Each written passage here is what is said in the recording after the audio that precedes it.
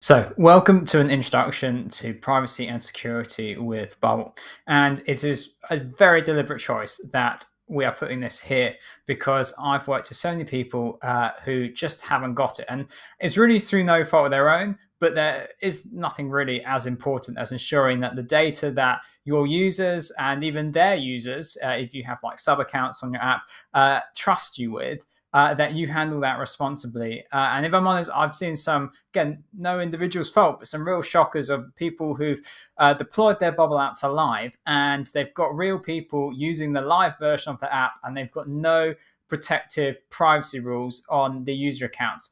That means that effectively there is the potential that someone could scrape all of the email addresses, all the first names, everything that is in the Bubble database. They could just scrape that. And then not only could they steal your users, but depending on what part of your world you are, I mean, we're in Europe, that's certainly massive GDPR flags. So let's get security and privacy right from the start and how we want to go on with it. There's a difference between security and obfuscating.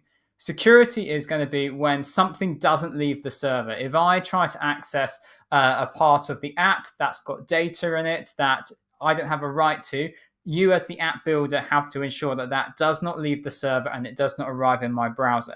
That is different to just not showing data. So we can have data, for example, another user's first name, last name. Just because we don't print that information on a page, or I can't access the page that information's on, if there isn't a privacy rule in place to protect it so that in a very simple setting, I can only view my first name and my last name as a user in your app, then it really is not good enough. The only proper way to protect data in Bubble is privacy rules, and we are going to cover that really very shortly.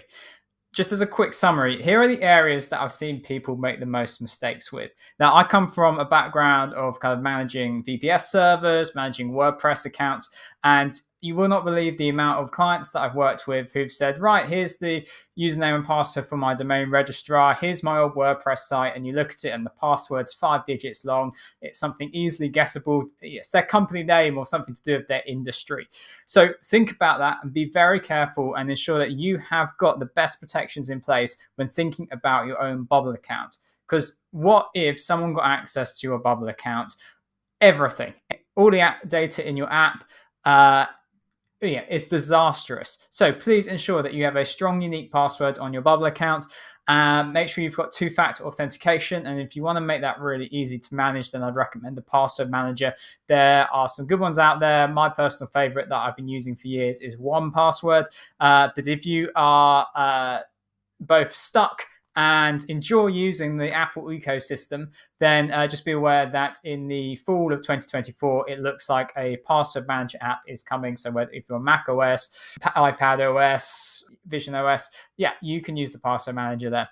The next part is user database and file access. Again, I'm going to cover this in far more detail, but this is privacy rules, privacy rules, privacy rules. Only proper way to protect data in your app. Then we've also got page access, and you should only really consider this to be protecting UI elements or protecting buttons that you don't want to be clicked, actions you don't want to be taken.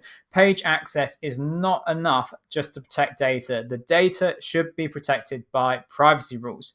We've got backend workflows. So they are a way that you can trigger recurring events. You can get data from one app from a third-party API into your app. For example, a transcription service. Transcription still takes some time. So you're not just waiting for that service to respond on your API call. You get that service to notify you, to ping your server, send some data, a I'm ready alert to a backend workflow, and then you go and retrieve your transcript. Now, backend workflows have got a series of steps that you can take in order to ensure that data is only doing what you expect the data and only being in places you expect the data to be.